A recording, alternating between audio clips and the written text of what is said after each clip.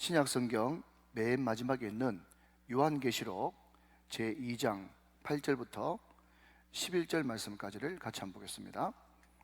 요한계시록 제2장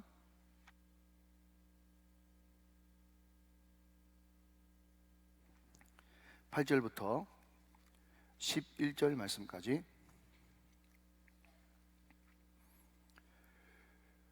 이 계시의 말씀을 우리 한 목소리로 합독하실 때 살아계신 하나님의 음성을 들을 수 있기를 원합니다. 같이 받들어 봉독합니다. 시작. 스무나 교회의 사자에게 편지하라. 처음이며 마지막이요 죽었다가 살아나신 이가 이르시되 내 환난과 궁핍을 알거니와 실상은 내가 부유한 자니라. 자칭 유대인이라 하는 자들의 비방도 알거니와 실상은 유대인이 아니요 사단의 회당이라. 너는 장차 받을 고난을 두려워하지 말라. 볼지어다 마귀가 장차 너희 가운데서 몇 사람을 옥에 던져 시험을 받게 하리니 너희가 10일 동안 환난을 받으리라. 내가 죽도록 충성하라. 그리하면 내가 생명의 관을 너에게 주리라.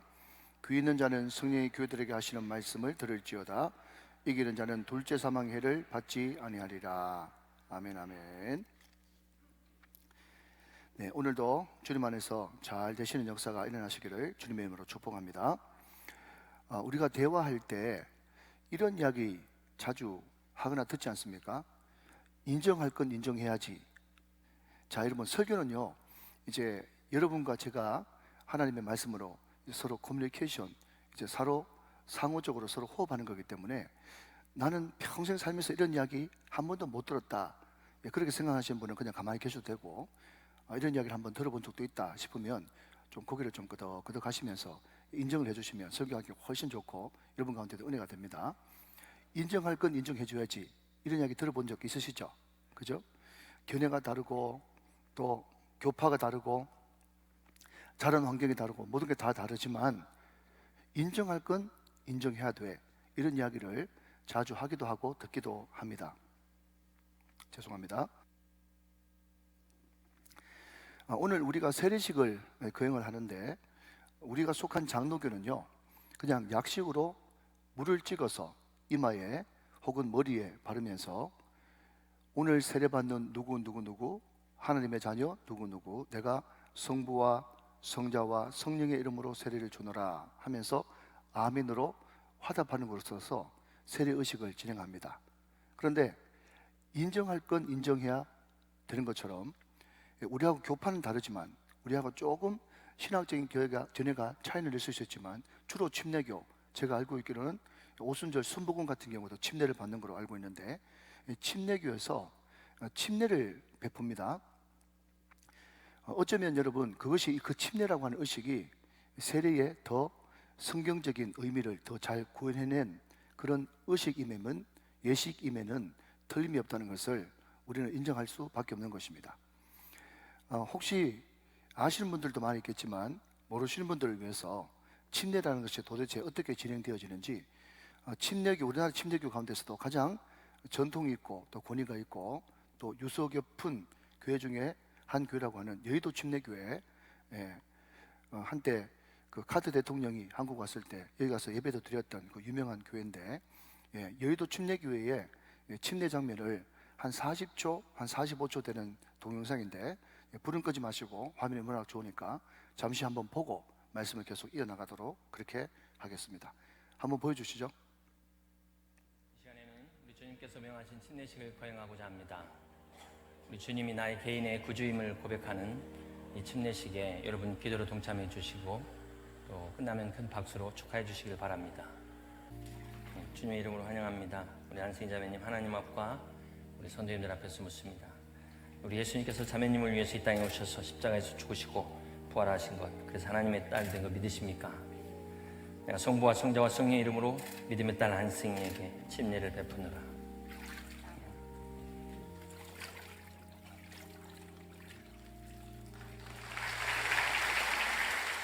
네, 침례하는 장면을 이렇게 보셨습니다. 사랑하는 믿음의 딸 누구 내가 성부와 성자와 성령의 이름으로 침례를 주노라 하면서 완전히 물 안에 넣었다가 다시 이렇게 세우는, 이것이 이제 침례의식이 되어지는 거죠. 여러분 아시겠습니다마는 그 침례받는 사람, 세례받는 사람을 물 안에 집어 넣을 때는요, 어떤 의미가 있다고요? 너는 2000년 전에 예수님과 함께 십자가에 못 박혀 죽었노라. 예수 그리스도와 함께 죽었노라.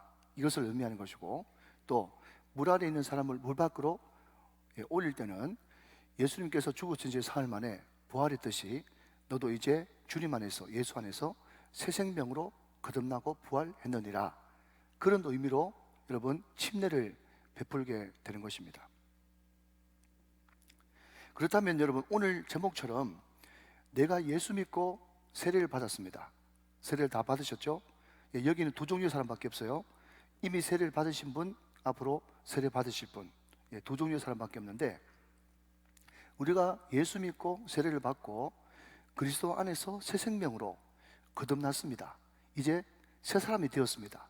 그러니까 세례식 또 침례식이라고 하는 의미는요, 나의 옛사람은 완전히 죽었다라고 하는 영적인 장례식과 더불어서 나는 주님과 함께 새 생명을 얻었다라고 하는 부활식이 동시에 포함되어 있는 것이 세례라고 하는 그 말의 의미인 것입니다. 믿으시면 아멘. 그렇다면 우리가 예수 믿고 세례를 받고 그리스도 안에서 새 생명을 얻었는데, 새 생명을 얻었다고 하는 증거가 뭔가? 목사님, 저는 새 생명을 얻고 난 다음에 기뻐요, 감사해요, 늘 감동이에요, 감격이에요. 이 감나무 이야기를 참 많이 하는데, 물론 그 이야기도 다 맞죠. 예수 믿는 사람은 감사, 감격, 언제 아멘할지 감동, 그 감나무를 많이 심어야 돼요. 맞아요. 그런데 단순히 그런 감정적인 요소밖에 없는 것이 그리스도 안에서 새 생명을 얻은 것일까? 그것은 하나의 열매일 뿐이지 전부는 아니다 말이죠. 여러분, 우리가 가끔씩 이런 질문을 받습니다. 당신 구원받았습니까? 이것을 외국 버전으로 바꾸면 당신 영생 얻으셨습니까? 영생을 얻은 이후에 변화된 삶이 뭡니까? 라고 할 때 너무 어마무시한 질문을 받으니까 많은 사람들이 헷갈려가지고 대답을 잘 못해요. 저는 가만히 생각할 때 그분들이 대답을 잘 못하는 이유가 두 가지라고 봅니다.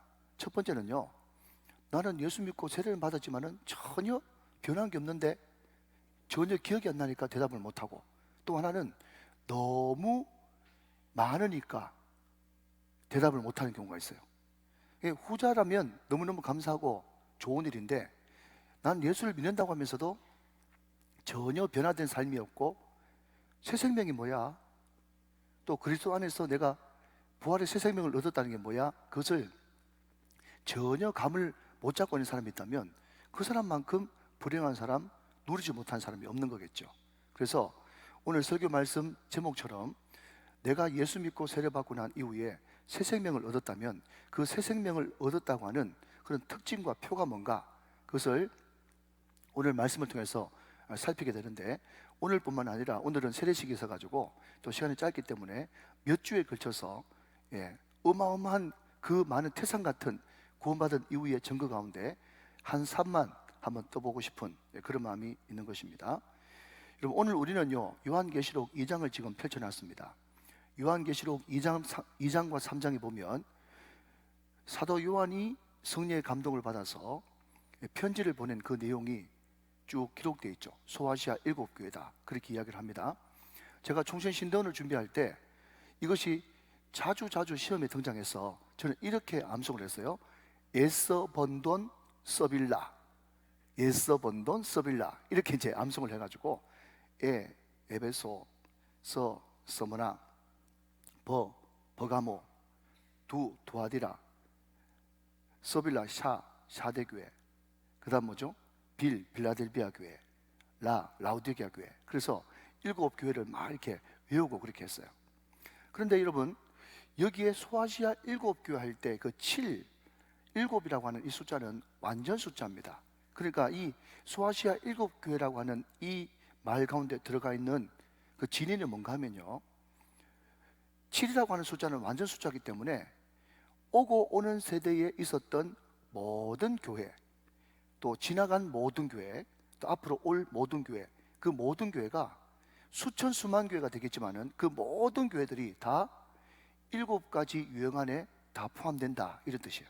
그러니까 이 소아시아 7교회 쓴 편지는요, 그때 당시 사도 요한 당시에만 해당되는 편지가 아니고 오고 오는 세대 2020년 11월 1일 현재 우리 우정교회도 포함되는 말이고 해당되는 말씀이다. 그리고 앞으로 100년 뒤가 될지 200년 뒤가 될지 아니면 10년 뒤가 될지 내년이 될지 모르겠지만 주님이 오시는 그날까지 모든 이 땅에 존재하는 교회는 다 소아시아 7교회에 전형적으로 적용되든 아니면 섞어서 적용되든 다 7유형 안에 모든 교회는 다 포함된다. 그렇기 때문에 이 말씀은 저 옆집 말씀 2000년 전의 말씀이 아니라 오늘 나에게 주시는 말씀이다. 그렇게 우리가 받으면서 말씀을 드려야 되는 거겠죠. 자, 여러분, 우리가 소아시아 7교회에 보낸 편지 이 요한계시록 2장 3장을 읽어보면 공통적인 특징이 있어요. 그게 뭔가 하면 앞에 부분에는 예수님의 성품을 이야기합니다. 예를 들면 서머나 교회라 그러면요, 예수님이 자기를 뭐라고 소개하고 있는가 하면 나는 처음이요 마지막이다. 나는 죽었다가 다시 살아난 이다 하면서 예수님의 자기 성품을 이야기하고 난 다음에 그가 뭐뭐라고 이르시되 라고 하면서 이 소아시아 7교회에 보내는 편지를 시작하고 있습니다. 이해되시죠? 그리고 그 편지글을 마감할 때 항상 반복해서 7번 등장하는 것은 귀 있는 자는 성령이 교회들에게 하시는 말씀을 들을지어다. 이렇게 하면서 계속 7번 이 패턴이 반복된단 말이죠. 자, 그러면 여러분 이런 선지식을 가지고 8절 말씀을 한번 보시면 서머나 교회 사자에게 편지하라 그랬습니다. 서머나 교회 사자에게 편지하라 이렇게 명령하시는 분이 누구십니까? 예수 그리스도. 한 걸음 더 나가서 처음이며 마지막이요 죽었다가 다시 살아나신 이 그분이 누구십니까? 예수 그리스도시죠. 그러니까 지금 이 서머나 교회에 말씀하시는 분은 사도 요한이 아니고 사도 요한을 통해서 성령의 감동으로 예수님이 직접 말씀하시고 있단 말이죠. 그러니까 여러분 오늘 설교 주제가 세례받고 새 생명을 얻은 사람에게 나타나는 증거인데 그 사람의 뚜렷한 증거가 뭔가 하면 주님은 말씀하시고 성도들은 교회는 그 주님의 말씀을 듣게 돼 있단 말이죠. 이해가 되십니까? 세례받은 자의 특징은요 주님의 말씀을 듣게 돼 있어요. 저는 이 말씀을 묵상하면서 요한복음 10장 3절 4절 말씀이 기억에 떠올랐습니다. 한번 보실까요? 문지기는 그를 위하여 문을 열고 시작 양은 그의 음성을 듣나니 양은요 그의 음성을 듣는데요 양을 바꿔 말하면요 성도고요 성도가 누군가 하면 거듭난 사람이고요 거듭난 사람이 뭔가 하면 그리스도 안에서 새 생명을 얻은 저와 여러분을 이야기해요. 오늘 세례받고 거듭난 또 세례받고 새 생명을 얻은 그 사람들의 특징이 뭔가 하면요 양은 뭐라고요? 그의 음성을 듣는데요 그의 음성을 듣지 않는 것은 반대로 말하면 양이 맞다 아니다? 아니다. 목자가 자기 주인이 아니다 라는 것을 의미하는 거죠. 계속해서 4절 말씀 한번 보실까요? 자기 양을 다 내놓은 후에 앞서가면 시작 양들이 그의 음성을 아는 거로 따라간단 말이에요. 여러분 주님은 말씀하시는 분이시고 양 거듭난 저와 여러분 주님 안에서 새 생명 얻은 저와 여러분의 특징이 뭔가 하면 그분의 음성을 듣고 그분을 따라가는 것이 거듭난 성도 새 생명 얻은 사람들의 특징이란 말이에요. 여러분 이 세상에 존재하는 소리는 크게 세 가지입니다. 하나는 주님의 음성이 있고요 주님의 음성 방금 주님이 말씀하시잖아요. 다시 한번요 주님이 입을 지었는데 말씀하지 않겠습니까? 아멘 하시기 바랍니다. 제가 하나님께서 제 마음속에 감동하셨다 하나님께서 제 마음속에 말씀하셨다 그러니까요 대단히 미안합니다. 여러분 목회하는 분들도 주님이 어떻게 말씀하세요? 주님이 어떻게 말씀하세요? 그렇게 이야기하면서 자기는 한 번도 이때까지 신앙생활 하면서 주님의 음성을 들어본 적이 없대. 제가 너무 기가 막혀가지고 차차 듣게 될 겁니다 그렇게 이야기했어요. 여러분 들어봐야 알지 들어봐야 알지. 주님은 말씀하십니다. 그분은 입을 지으신 분이기 때문에 그분은 말씀하세요. 그러니까 이 세상의 소리는 세 가지인데 첫 번째는 주님의 음성이 있고 두 번째는요 자기 생각 자기 소리가 있어. 세 번째는요 악한 영이 우리에게 불어넣어주는 생각이 있습니다. 악한 마귀가 가룟 유다에게 예수 팔 생각을 넣어주니라. 그게 바로 악한 영의 음성이에요. 여러분, 왜 우리가 주님의 음성을 들어야 되는가 하면요, 주님의 음성은요 너무 당연하겠지만 사람의 소리 아니죠? 아멘. 주님의 음성은 이념 아니죠? 사상 아니죠? 철학 아니죠? 정치 선동 아니죠? 여러분, 혹시 내로남불이라고 들어보셨습니까? 5년 전에 분명히 절대로 이런 일은 벌어져서는 안 된다 그래 놓고 5년 후도 못 돼가지고 이렇게 해야 된다고 말을 얼굴색 하나 안 변하고 바꿔버립니다. 그러니까 여러분, 설교 원고 없는 말인데 제발 여러분, 뉴스는 많이 보지 마세요. 뉴스 2015년도에는 분명히 이렇게 도덕적으로 타락한 정당이 후보 내면 됩니까? 그렇게 이야기해놓고 5년 뒤에는요 후보를 내가지고 국민한테 심판받아보는 것이 더 합당하지 않습니까? 하면서 말을 싹 바꿔버린다니까요. 제가 꼭 여러분 다시 말씀드리지만 저는 이쪽 편도 아니고 저쪽 편도 아니고 예배당이에요, 예배당. 그런데 사람의 소리라는 것이요, 환경 좀 변해버리고 시대 좀 변해버리고 이런 패러다임 좀 바꿔버리면요 금방 말을 그냥 조속변으로 변해버리는 것이 사람의 소리입니다. 여러분, 우리 과학 좋아하죠, 과학. 여러분, 과학도요 항상 발견된 만큼만 이야기하고요, 뭔가 더 새로운 것이 누구에 의해서 더 발견되어지면요 이전 모든 이론들은 다 폐기되어 버리고 이것이 또 과학적으로 합리적이고 상식적으로 논리적으로 이성적으로 이 말이 맞다고 완전히 과거 거는 무시되고 폐기되는 것이 과학입니다. 그러니까 이 지성주의, 이 합리주의가 완전 꽉 배긴 그런 사람들은요 과학을 굉장히 좋아하는데 그 과학 따라갔다가는요 그것이 결국 길도 아니고 진리도 아니고 생명도 아니기 때문에 그 길 따라갔다가는 절대로 영원한 진리 대신 주님을 만나지 못하는 거예요. 여러분, 길이 뭡니까? 길이라는 것은요 목적지로 가는 것이 길입니다. 예를 들어서 우리가 정말 전혀 모르는 데 가도 그 이정표에서 이리 가면 순창이 있습니다, 이리 가면 순창이 있습니다 하면서 그 이정표를 따라가면, 그 길 따라가면 반드시 순창이 나와야 길 제대로 가는 거예요. 우리 주님 말씀하십니다. 내가 곧 길이라고 말씀하십니다. 내가 곧 길이고 진리고 생명이기 때문에 내 길로 와야만 주님 만날 수 있는데, 여러분, 사람의 이론, 철학, 이데올로기, 사상, 과학, 그 모든 것들은 영원한 길이 아니에요. 진리가 아닙니다. 그것이 마치 진리고 거기가 전부인 줄 알고 따라갔다가는요 큰일 나고 엉뚱한 곳에 가서 여러분 마지막을 보내게 된단 말이죠. 그래서 여러분, 요한복음 10장 5절은 계속 이어서 말하기를 타인의 음성은 알지 못하는 거로 타인을 따르지 않고 양들은 도리어 어떻게 한다고요? 도망해야 된다고 이야기하고 있습니다. 주님의 음성 아닌 다른 모든 것, 여기에 타인의 음성은요 방금 말씀드렸던 그 모든 것들이 다 포함되어 있는 거예요.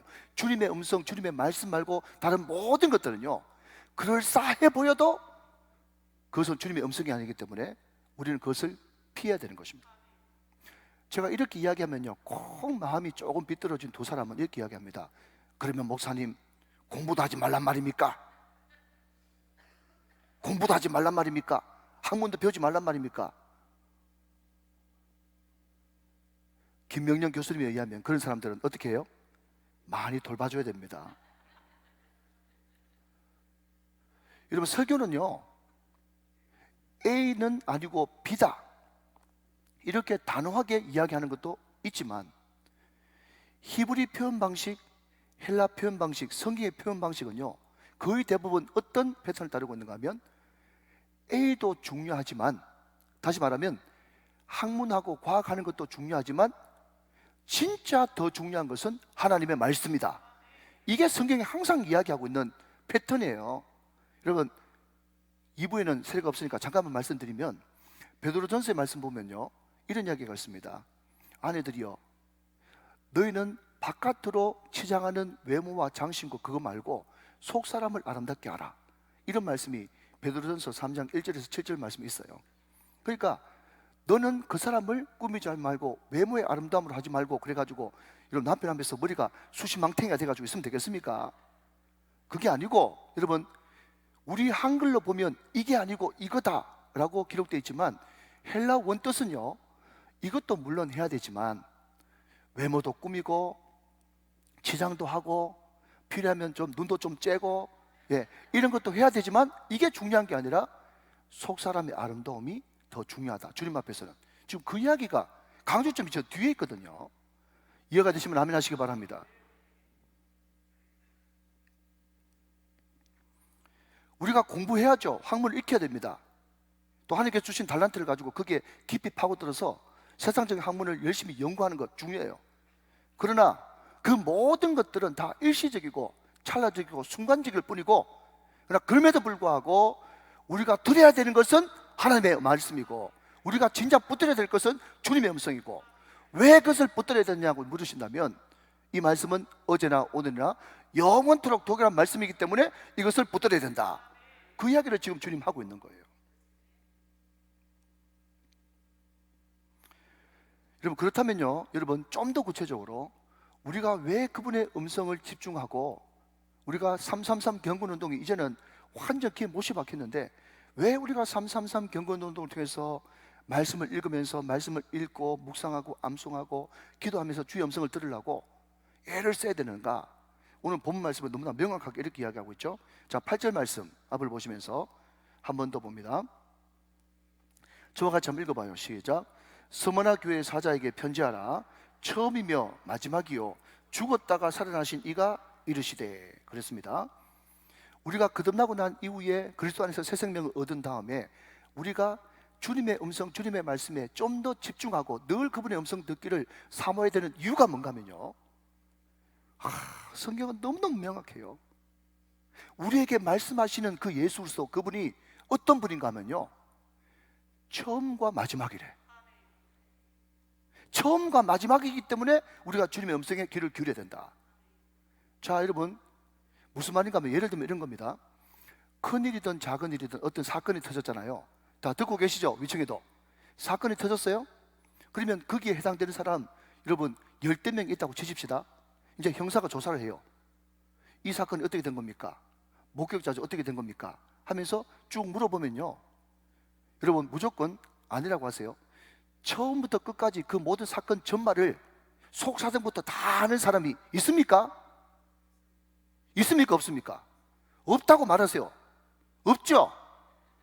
여러분 그 사건을 저지른 그 사람 마음까지 어떻게 알겠어요? 그러니까 그 사람이 아는 것은 뭐밖에 없는가 하면 자기가 있었던 그 시간 눈으로 봤던 그거 단편적인 밖에 못 보지, 처음부터 끝까지 사건의 전모를 다 아는 사람은 아무도 없어요. 그런데 여러분 기가 막힌 것은요, 우리 주님은요 처음과 마지막이다. 우리 주님은 시작도 하시고 끝도 하시고 중간에 그 모든 사정까지 다 아시는 분이기 때문에 그분의 음성을 들어야 된단 말이에요. 여러분 하나 묻겠습니다. 자유롭게 한번 대답해 보시죠. 여러분 코로나 언제 끝날 것 같습니까? 언제 끝날 것 같아요? 올해 말 되면 되겠습니까? 몇 년 걸릴 것 같습니까? 이렇게 물으면요 다 각자 대답이 달라요. 왜냐하면 그 코로나 끝을 우리는 본 적이 없거든. 그러니까 예측만 할 뿐이지 그게 다 맞다고 어떤 누구도 대답을 못한단 말이에요. 자, 한 걸음 더 나가서 여러분 자녀 앞으로 어떻게 될 것 같아요? 여러분 자녀요, 예측만 할 뿐이지 모르잖아요. 여러분 저희 집안 이야기해서 죄송합니다만은 저희 외갓집에 외삼촌 3분 계십니다. 둘째 외삼촌이 저희 외할아버지가 그렇게 하지 말라고 그랬는데도 운동을 해가지고요, 이 외삼촌이 조금만 자기 기분에 마음에 안 들고 기분이 상하면요 바깥에 나가가지고 대판 붙어가지고 바로 나이가 많든 적든 상관없이 업어치기 한 판 더 가는 거예요. 업어치기 한 판 더 가니까요 파출소에 막 수시로 끌려가가지고 저희 아버지도 빼주고 우리 할아버지도 죄송합니다 백 쓰고 돈 쓰가 빼주고 콜칫덩어리였어요. 그러니까 저희 외할아버지도 시작해가지고 그 모든 주변 사람들이 저거 어떻게 인간 되겠노? 앞으로 지 밥벌이 하고 살겠나? 걱정을 넘넘 많이 했어요. 그런데 그 외삼촌이 결국 운동으로 그 당시에 유도대학, 요즘에는 용인대학, 여러분 요즘에 운동하는 사람, 태권도나 유도하는 사람요, 여러분 다른 모든 대학보다 거기가 최고로 쳐줍니다. 옛날엔 유도대학 그래가지고요, 아무튼 그 시기 좀 했어요. 자세하게 말할 수는 없고. 그러니까 거기 나오셔가지고 말이죠. 거기 나오셔가지고 교사 자격증을 땄네. 그래가지고 학교 선임을 오래 했어요. 그리고 저희 외삼촌이 그냥 소위 말하는 투잡으로 유도 체육관을 차려가지고요, 올림픽에 한번 쓸고 갈 때마다 돈을 억수로 버는 거예요. 그래가지고 우리 외갓집의 모든 살림을 우리 둘째 외삼촌이 다 합니다.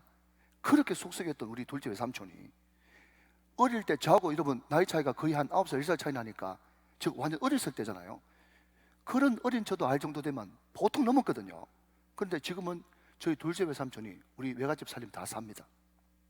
더 노골적으로 더 리얼하게 이야기할 수 있는데 저희 외갓집이 다 예수를 믿어가지고 제 설교를 매주마다 듣고 있어요. 그래가 더 자세하게는 이야기 못해요. 그런데 이게 비교하면서 막 이야기하면 이게 정말 너무너무 재밌는 스토리인데 아무튼 그렇습니다. 여러분 자녀들이 지금 말 잘 듣고 순항하고 있습니까? 앞으로 꼭 계속 그렇게 되길 바랍니다. 그렇지만 여러분 그 자녀가 어떻게 돌변할지 아무도 몰라. 그건 인정하는 사실이잖아요. 혹시 여러분 자녀 가운데 정말 속썩이고 저희 둘째 외삼촌처럼 저 앞으로 인간 되겠나? 지 밥벌이라도 하고 살겠나? 그렇게 생각되는 자녀 있습니까? 여러분 아무도 모릅니다. 앞으로 어떻게 될지. 그럼 확실한 것은요, 우리 주님은 다 아십니다. 그분이 처음과 끝, 처음과 마지막을 다 모든 것을 아시기 때문에 그분께 맡기고 그분의 음성을 들어야 되는 것입니다. 이게 거듭나고 세례받고 새 생명을 간직한 사람이 반드시 해야 될, 잡아야 될 말씀이라는 거죠. 또 하나, 오늘 본문의 처음과 마지막이라고 하는 단어가 나오는데 이 말을 다른 말로 하면 알파와 오메가죠. 알파와 오메가. 헬라 알파벳 가운데 첫 글자가 알파고 마지막 글자가 오메가이기 때문에 처음과 마지막, 처음과 끝, 시작과 끝을 이야기할 때 우리는 흔히 알파와 오메가다 그렇게 이야기를 합니다. 이것을 여러분 또 다른 말로 바꾸면요, 영원하신 하나님 이렇게 바꿀 수가 있어요. 근데 여기에 영원이라고 하는 것을 여러분 헷갈리면 안 됩니다. 그래서 여러분 해석이 필요해요. 헬라어 의미에서 영원하신 하나님이라는 것은 시간상으로 영원하다 그런 말도 맞겠지만은 이 영원하신 하나님의 진짜 영원이라고 하는 뜻은 뭔가 하면요, 하나님은 한번 시작할 때는요 끝을 보고야 마시는 하나님, 이런 뜻에서의 영원이에요. 믿으시기 바랍니다. 하나님은 한번 시작하시면 어떻게 하신 분이라고요? 끝장을 보시는 하나님이라고요. 이게 성경에 어디 나와 있는가 하면요, 여러분 지금의 여러분 이란 이라크 쪽에 있는 그 갈대아 우르에서 우상장사 아들 아브람을 일방적으로 불러가지고 수많은 우여곡절 끝에 주물딱 하셔가지고 결국은 창세기 22장에 자기의 사랑하는 독자 이삭까지라도 모리아산에 하나님의 음성 듣고 바치는 그런 믿음의 조상으로 만들고야 마셨죠. 이게 바로 여러분 영원하신 하나님이라고 하는 그 단어의 뜻이에요. 한번 붙들었으면 끝까지 끝장을 보고 마시는 하나님. 태어날 때부터 자기 형 발꿈치 잡고 태어난 그 도둑놈 야곱을 수많은 고비와 우여곡절 끝에 산전수전 공중전 다 겪게 하셔가지고 마지막에는 자기만을 위해서 살았던 사람이 이제 애굽의 바로까지 축복하는 축복의 사람으로 만드셨던 야곱의 축복이라고 그러잖아요. 야곱을 이스라엘로 바꾸시고 말았던 하나님, 그 하나님의 열심, 그것이 바로 알파와 오메가, 영원하신 하나님, 이런 뜻입니다. 예수의 예자도 모르고 교회 교자도 모르는 저와 여러분을 여러분 택하시고 구원하셔서 자기의 아들까지 십자가에 매달아 죽이시면서 저와 여러분을 하나님의 자녀로 새 생명 가운데 행하는 거듭난 믿음의 사람으로 만들고 마시는 하나님, 이 끝없는 사랑, 한없는 사랑, 집요하신 사랑, 하나님은 이 사랑으로 저와 여러분의 처음과 끝 모든 것에 개입하고 계시기 때문에 그 하나님을 우리는 믿어야 되고 그분의 음성을 들어야만 되는 것입니다. 여러분, 참 감사한 것은요, 처음과 마지막 되시는 우리 주님께서 서문학교의 성도들에게 이렇게 말씀하고 있다는 것입니다. 자, 여러분 9절 말씀 같이 한번 보실까요? 9절 말씀. 내가 내 환난과 궁핍을 알거니와 실상은 내가 부유한 자니라. 우리의 모든 일거수일투족을 다 아시는 그 주님께서 우리한테 뭐라고 말씀하시냐? 서문화 성도들에게 뭐라고 말씀하시는가 하면, 네 환난과 궁핍을 내가 아는데 네가 지금은 환경적으로는 상황적으로는 궁핍하지만 너의 실상은 부유한 자다, 이렇게 말씀하고 있다. 여러분, 아이러니라고 할까요? 아니면 패러독스라고 할까요? 무슨 말인가 하면, 환경은 환난이고 궁핍인데 내 내면은 풍요롭다. 이것이 현실 세계에서는, 또 예수 안 믿는 사람에게는 정말 이루어지기 힘든 일입니다. 그러나 주님 안에서는, 주님이 통치하시는 하나님 나라 그 세계에서는 얼마든지 가능한 이야기입니다. 여러분, 이것을 알기 위해서는요, 여기에 알거니와 알다라고 하는 이 단어를 우리가 좀 알아야 되는데요, 이 알다라고 하는 이 단어가 헬라 원어로 찾아보니까 오이코, 오이다, 오이코, 오이다, 오이다라고 하는 단어를 씁니다. 그런데 헬라어에는요, 알다라고 하는 단어가 두 가지예요. 하나는 기노스코라는 단어가 있고, 하나는 오이다라는 단어가 있는데, 기노스코는요 어떤 단어인가 하면 사람 대 사람, 인격 대 인격, 인간 대 인간을 아는 것을 기노스코라는 단어를 쓰고요, 오이다는 신이, 다른 말로 하면 하나님이 인간을 알다, 이런 단어를 표현할 때는 오이다라는 단어를 씁니다. 오늘 여러분 말씀을 적용해 본다면 처음과 마지막 그분이 누구십니까? 예수 그리스도. 죽었다가 다시 살아나신 이 그분은 누구십니까? 예수 그리스도. 그분이 서문화교회 성도들이 지금 엄청난 환난과 궁핍 가운데 있는데 그 모든 사정과 형편을 안다 모른다? 안다, 오이다, 안다는 거예요. 여러분, 신이 자세히 살펴서, 꼼꼼히 살펴서 일거수일투족 구석구석 모르는 것 없이 다 알고 계시기 때문에 그분이, 그 하나님이 그 성도들을 특별하게 대우하시고 소중하게 다뤄주신다. 이게 오이다라고 하는 단어의 의미인 것입니다. 제가 여러분 의역에서 좀 길게 설명했습니다마는 제가 사전을 찾아서 공부해 보니까 이 오이다라고 하는 단어는 그런 뜻을 내포하고 있어요. 하나님이 성도들의 사정을 구석구석 일거수일투족 다 알고 있기 때문에 그 사정을 다 아시는 하나님께서 그 성도들을 소중하게 이기시고 특별하게 다뤄주신다. 이것이 오이다라고 하는 단어 안에 포함되어 있다는 거죠. 자, 여러분 사진 하나 보시겠습니다. 여기가 서문화거든요. 우리가 지금 살펴보고 있는 서문화. 지금 현대 이름으로는요 이즈미르라고 그렇게 이야기합니다. 성지순례 가면 소아시아 7교를 갈 때 반드시 저기에 가게 돼 있어요. 이즈미르. 그런데 여러분, 지금은 이 이즈미르가 인구가 한 200만, 300만 되어지는데 당시에는 한 20만, 30만 되어졌어요. 제가 쭉 보니까 이제 이즈미르 갔다 온 두 분이 지금 열심히 내가 가봤다고 지금 이야기하고 있는 것이 다 보여요, 여기서. 그런데 경치가 너무너무 아름답고 소아시아 최대의 도시는 에베소였고 최대의 항구 도시는 이즈미르였어요. 너무너무 아름다운 도시인데 그럼에도 불구하고 아름다운 만큼 안타깝기는 이 이즈미르 서문화가 그 당시에 도미티아누스 황제 시대 때 황제 숭배 사상이 거기에 달했는데 그 황제 숭배 사상을 주도적으로 이끌었던 그 도시가 서문화라고 하는 도시였어요. 그러니까 이 말을 바꿔 말하면 예수 믿는 사람들이 신앙생활하기 너무너무 척박하고 어려운, 그래서 예수 믿는다 그러면요 그냥 소위 말해서 조합에도 못 들어가고 기르라고 그러죠. 길드라고 그러죠.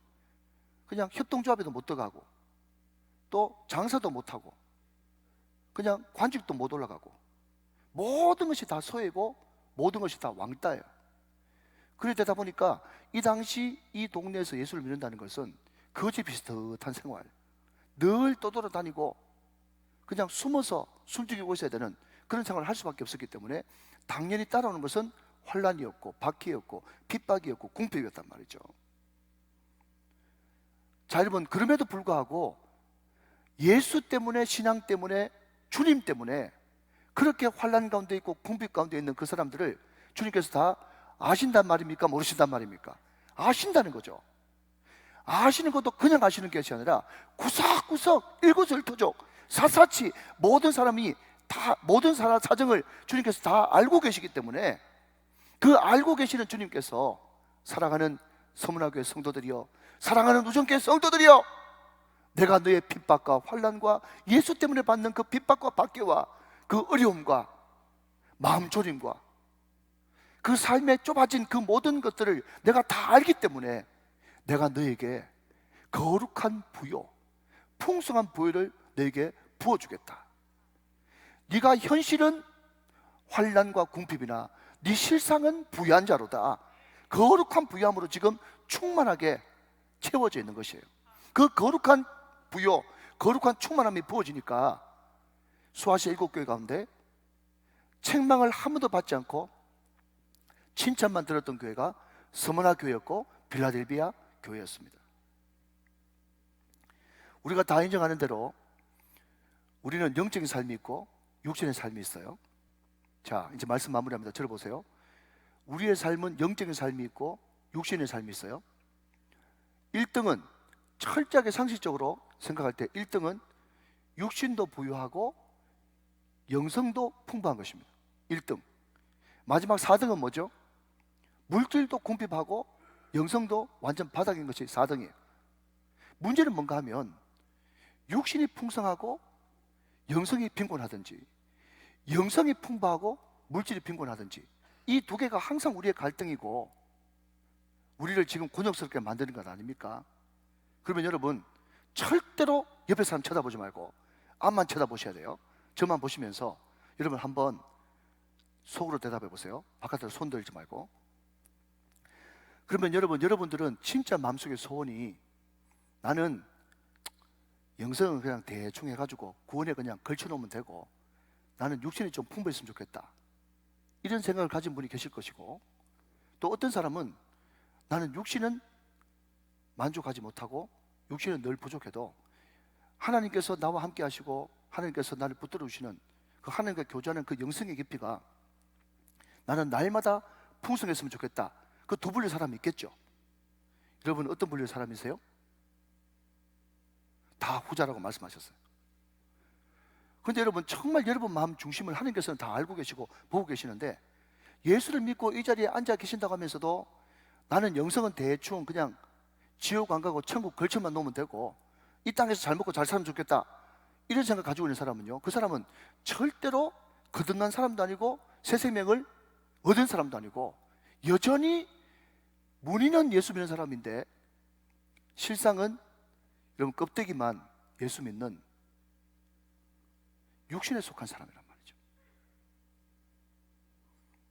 제가 늘 말씀드렸듯이 평안과 편안은 한받침 차이지만 하늘과 땅 차이인 것입니다. 육신적인 편안은 이 세상에 주는 그런 분복이고 평안은 하늘로부터 내려오는 것입니다. 우리는 위로부터 거듭난 사람이기 때문에 가장 좋은 것은 물질도 풍성, 영성도 풍성, 이것이 가장 좋겠지만 두 번째, 세 번째, 이것일까 저것일까 선택을 해야만 될 때는 하나님, 내가 물질적으로는 궁핍해도 영적으로 더 충만해지기를 원합니다. 이것이 실상 거룩한 부유라는 것을 내가 알기 때문에 그렇습니다. 이렇게 고백하는 것이 새 생명을 얻은 사람의 특징인 것이겠죠. 다시 한번요. 내가 내 환난과 궁핍을 알거니와 실상은 내가 부유한 자니라. 여러분 잘 몰라서 그러셨지요. 우리 성도들 가운데도요, 주일날 일하러 나가면요, 월급이 엄청나게 더 많은 사람들이 많습니다. 그렇지만 주일 성수라고 하는 그 네 글자 때문에 그냥 훨씬 월급이 모자라는 그런 곳에 가서 일하시는 분들이 우리 교회에 있습니다. 우리 교회 어떤 집사님은요, 주일날 장사하면요 엄청나게 장사가 잘 되는데 주일 성수라고 하는 네 글자 때문에 그 장사 포기하고 업종 변경한 그런 집사님도 있습니다. 그런 사람이 실상은 부유한 자가 되어지는 거겠죠. 오늘 학습받고 세례 받으시는 분들, 또 이미 세례 받으신 분들, 내가 예수 믿으면 모든 것이 잘 풀리고 모든 것이 형통할 줄 알지만, 물론 그런 요소도 있지만 하나님께서 그렇게 하시겠지만, 그럼에도 불구하고 부인하지 못할 사실은 내가 예수 믿는 것 때문에 점점 더 삶의 영역이 좁아지고, 옛날에는 전혀 그런 게 걸리지 않고 전혀 생각도 못했는데 계속해서 나에게 걸림돌로 다가오고 또 나에게 정말 부담으로 다가오는 그런 것들이 너무너무 많을 겁니다. 옛날에는 이런 거 신경도 안 썼는데 이제부터 신경 쓰이는 게 한두 가지가 아닐 거예요. 그러나 여러분, 염려하지 말고 걱정하지 마시기 바랍니다. 주님 앞에 담대하시기를 주님의 이름으로 축원합니다. 처음이요 마지막이시며 죽었다가 다시 살아나시니 예수 그리스도, 그분이 우리 마음, 여러분 마음의 중심, 형편, 사정, 믿음, 결단, 그 모든 것을 다 보고 계시고 알고 계신 것입니다. 너는 내 앞에 부유한 인생이야. 너는 나에게 특별한 존재야. 내가 너를 특별하게 섬세하게 돌봐줄 거야.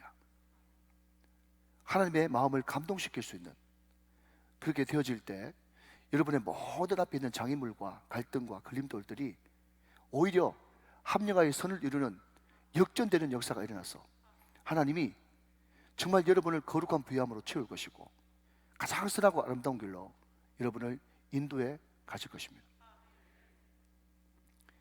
나 염려하지 않아도 내 쓸 것 아시니, 나 오직 주의 얼굴 구하게 하소서. 다 이해할 수 없을 때라도 감사하며 날마다 순종하며 주 따르오리다. 온 마음 다해 사랑합니다. 온 마음 다해 주 알기 원하네. 내 모든 삶 당신 것이니 주만 섬기리. 온 마음 다해. 나 염려하지 않아도 내 쓸 것 아시니, 내가 오직 주님만 구하기만 하면 우리 주님께서 넘치도록 부어주실 것입니다. 오늘 이 찬양과 이 고백이 저와 여러분들의 아름다운 노래가 되시기를 주 예수 그리스도의 이름으로 축원합니다.